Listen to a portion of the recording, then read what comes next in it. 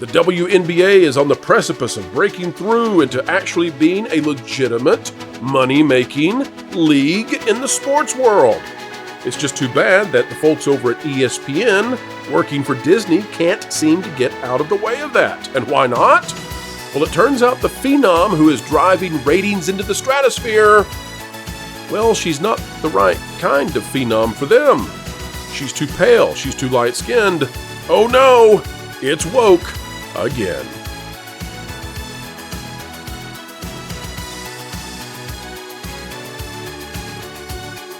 Hello, ladies and gentlemen. Welcome back to the channel that is changing hearts and minds, giving you a daily dose of sanity in a world that desperately needs it. How do we do it? Well, a little bit of sugar makes the medicine go down, and right here, folks, a little bit of bombastic fun. A smile on our face from somewhere sunny USA helps everyone weather the storm. Today, we are talking about the WNBA, which is not a topic we usually cover, but it has to do with ratings, and it has to do with Disney, and it has to do with ESPN.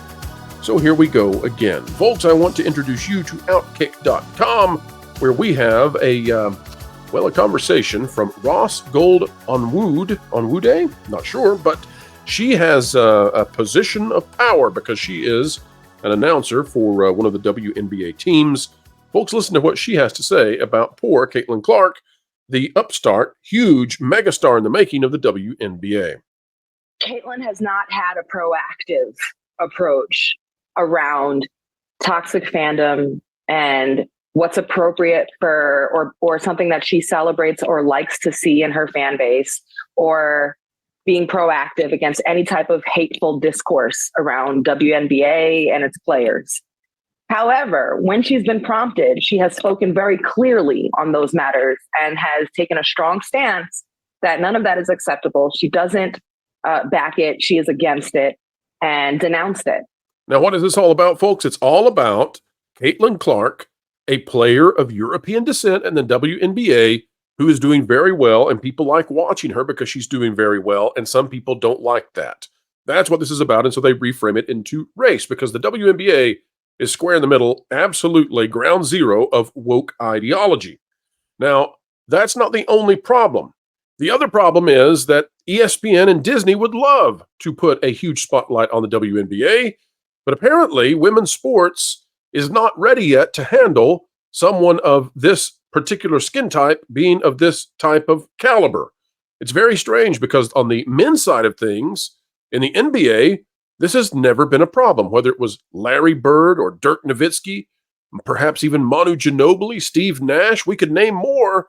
We've had a lot of players of, paler, lighter skin who were nevertheless welcomed into the NBA and performed greatly. And, well, everything was just exciting and grand. That is not how the WNBA is receiving Caitlin Clark, but they're stuck because she's bringing in viewership. Now, that lady that we just watched, she's not happy about it. But this is out of awful announcing. It says, Game 1 of the WNBA Finals tops 1 million viewers, ranks as most watched Game 1 ever. Now, you might say, well, that's great, but this is sort of a reframing because Caitlin Clark's not in this. This is them riding the coattails of her existence. It says 1.14 million viewers tuned into Thursday's Game 1 matchup between the Lynx and the Liberty. And that's good, right? In fact, we'll read a little bit of it. It says, the impressive viewership numbers we saw throughout the WNBA regular season have predictably carried over throughout postseason. By Reese Shipley, by the way. It says, while some have chosen to point out the fact that viewership has declined after the Indiana Fever and Caitlin Clark were eliminated in the first round of the playoffs, year-over-year viewership has grown throughout each round of the playoffs. It seems like that is set to be the case once again in the WNBA Finals. Now, it averaged 1.14 million viewers, which is about 1/11 of what NFL games typically pull, but it's nothing to sneeze at. It's a big win for the WNBA. However, if we go to Sports Illustrated, we find out that the real thing going on here is that Caitlin Clark brought in gonzo, bonanza kind of ratings, viewership going off the chain. And that's simply because she is a phenom, but she is of the wrong variety of phenom for people like what we played at the beginning. This is Robin Lundberg. This is the author from Women's Fast Break on Sports Illustrated.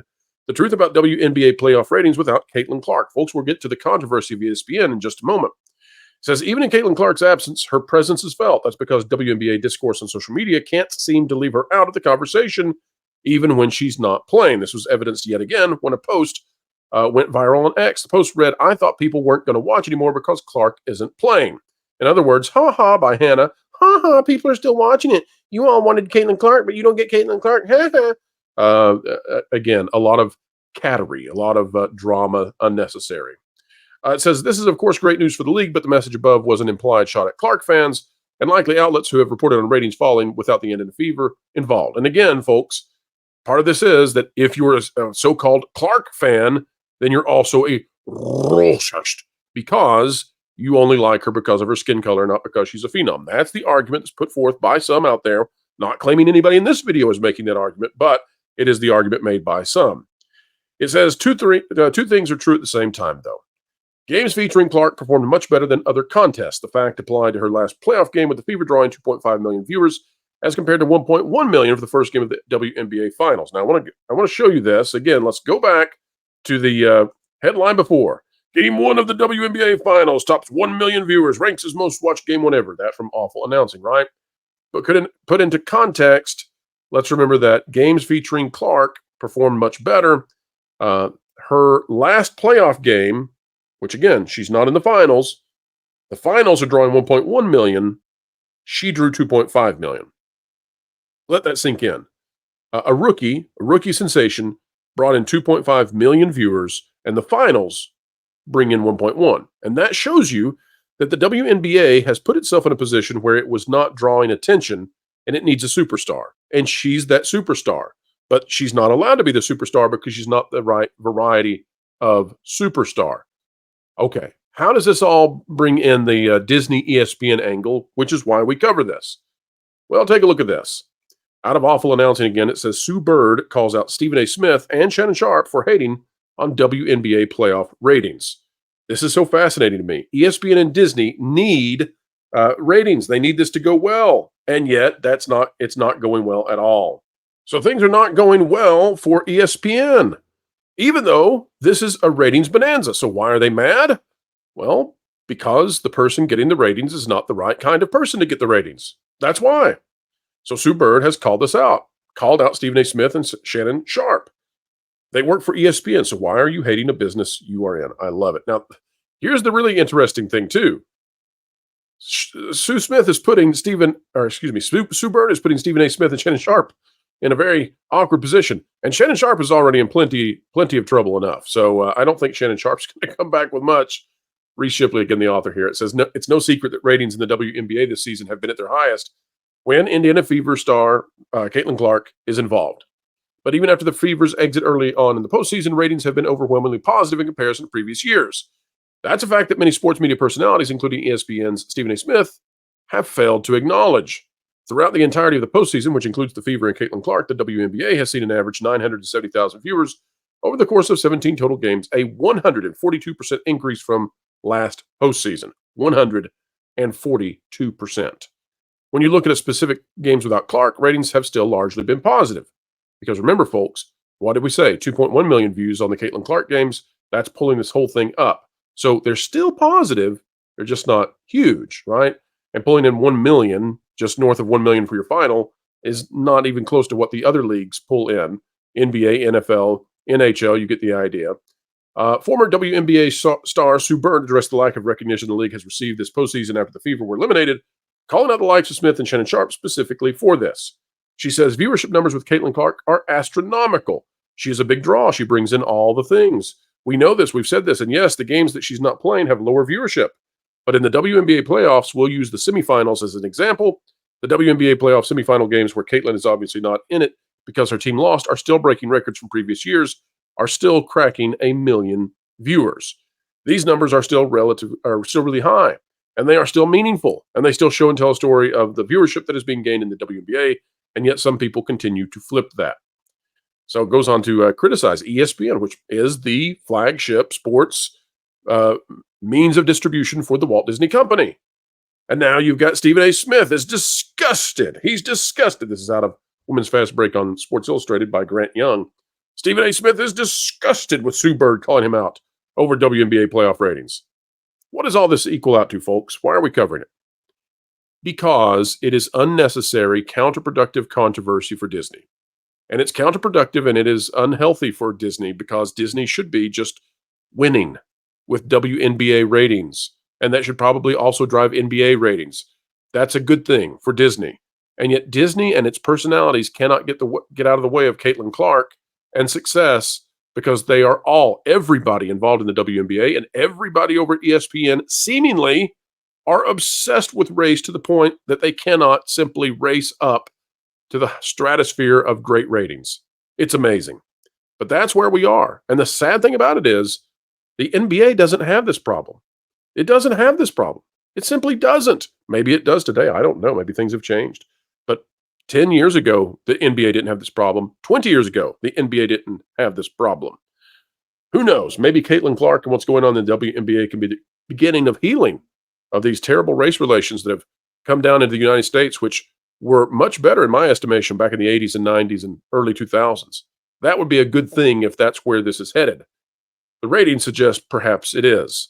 It's just too bad Disney and its personalities, commentators, and by the way, I'm not saying that Stephen A. Smith is necessarily well represented by Sue Bird. I'm not saying that, but let's just say Disney doesn't want to be involved in this one. So, dear Disney, you've damaged your streaming. You've sent your film industry into a bit of panic up until this year. Can we skip out on the sports one? We did the kneeling thing. Let's not. You need the sports, okay? Sound good, Mickey? All right, folks. That's the video for today. Different topic, different kind of topic, but we wanted to bring it to you in a way that's understandable, digestible, and will help you know what's going on and what's going to happen in entertainment because Disney is running and driving a whole lot of this. If you like content like this, consider clicking the like button, share, subscribe, click it, stick it to the algorithms. It is the notification bell. Drop a comment down below. Let us know your thoughts. And folks, tell us down there, are you watching or have you ever watched the WNBA? What do you think about the Caitlin Clark situation? Do you think that there's racism afoot? Do you think that there is reverse racism afoot? Or do you think this is all much to do about nothing? We sure would love to hear from you in regards to all of it. We keep an open mind, folks, and you can share with us. Maybe we will be persuaded one way or the other. Until the next time we have the honor of spending time with you folks, we simply say, on our way out the door, keep learning, keep growing, and as always, keep having fun. You'd better hang on to your feathers, little bird. They need to put you in the show. What? Jose, what are you listening to? You don't even have ears. Vacation Radio 24/7. Original music on YouTube. Huh? Vacation Radio. WDW Pro Music Channel. I have no idea what you're saying. But if you want to be listening to music, you should head over to Vacation Radio 24/7 on YouTube. One of the 100 other channels WDW Pro's been working on. Oh, and I have a song for you, Jose. Jose Cowabunga. He is Jose Cowabunga. He's Jose. That one seems a little bit foreign to you.